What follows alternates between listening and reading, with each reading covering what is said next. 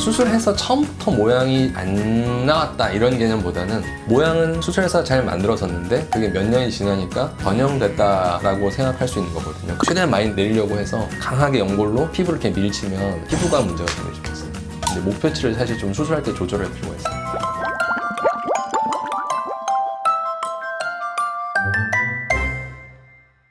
도나가 옛날에 사고가 나서 코를 수술을 했대요. 음.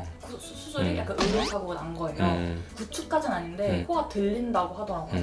그게 사실 구축까지가 아니라 구축인 거죠. 그래서 사진을 보면 전반적으로 좀 들리기도 했고 특히 이제 비주가 많이 안으로 수축돼서 딸려 올라가 보이거든요. 모양이 좀 이제 자연스럽지 않게 변해서 개선이 이제 필요하게 되는 거죠. 구축 현상이 이제 코 수술을 해서 많이 발생할 수 있는 부작용 중에 대표적인 것 중에 하나인데 뭐 염증 같은 경우는 짧은 기간 내에서 생길 수도 있고 오래 지나서 생길 수도 있고 좀 그런 편인데 구축은 보통 조금 오래 지나서 생기는 부작용 중에 하나예요. 뭐 몇 년, 심지어 뭐 10년, 20년 이상 지나서 생겼다 이런 경우들이 많고 염증 생겨서 구축으로 또 넘어가는 경우도 있고 없는 경우들도 많아요. 그리고 그럴 때도 되게 심하게 와요. 보형물을 쓰는 경우에 염증이 생겼어요. 1차적으로 이제 보형물을 빼는 수술을 해요. 빼고 이제 재수술하기 위해서 기다리는 기간 동안 코가 굉장히 위로 많이 들리거나 이런 현상이 이제 생길 수가 있거든요.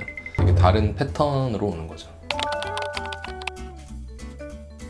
구축이 오는 거는 뭐 코뼈가 문제가 생기거나 비중격 자체가 문제가 생기는 것보다는 일반적으로는 코끝 연골 모양이 변형 오는 거거든요. 수술해서 처음부터 모양이 안 나왔다 이런 개념보다는 모양은 수술해서 잘 만들어졌는데 그게 몇 년이 지나니까 변형됐다라고 생각할 수 있는 거거든요. 구축 현상은. 조직이 상처가 생기고 아물 때 새로운 어떤 조직이 이게 형성이 되거든요. 우리가 흔히 말하는 흉 조직이라는 조직 내에는 섬유성 조직들이 많이 존재해요. 질기고 수축하려는 성질을 많이 갖는 조직들이 많이 포함이 되는 거예요. 부드러운 연골이다 보니까 이렇게 끌려 올라갈 수가 있는 거죠. 수술 자체 문제보다는 어떻게 보면 이제 아무는 과정에서의 문제라고 보는 거죠.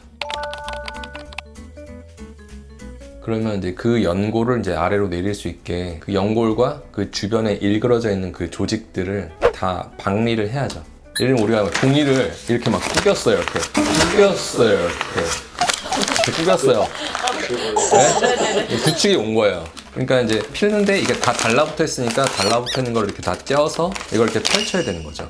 그리고 다시 이렇게 일그러지지 않도록 연골을 필요한 부분에 이식을 해줘야죠. 재수술을 자가 조직 위주로 한다. 그게 가장 중요한 부분인 것 같고 그 다음에 구축이 왔을 때 여러 번 특히 수술하신 분들은 피부에 이렇게 혈액순환이나 이런 게 굉장히 안 좋을 가능성이 높거든요.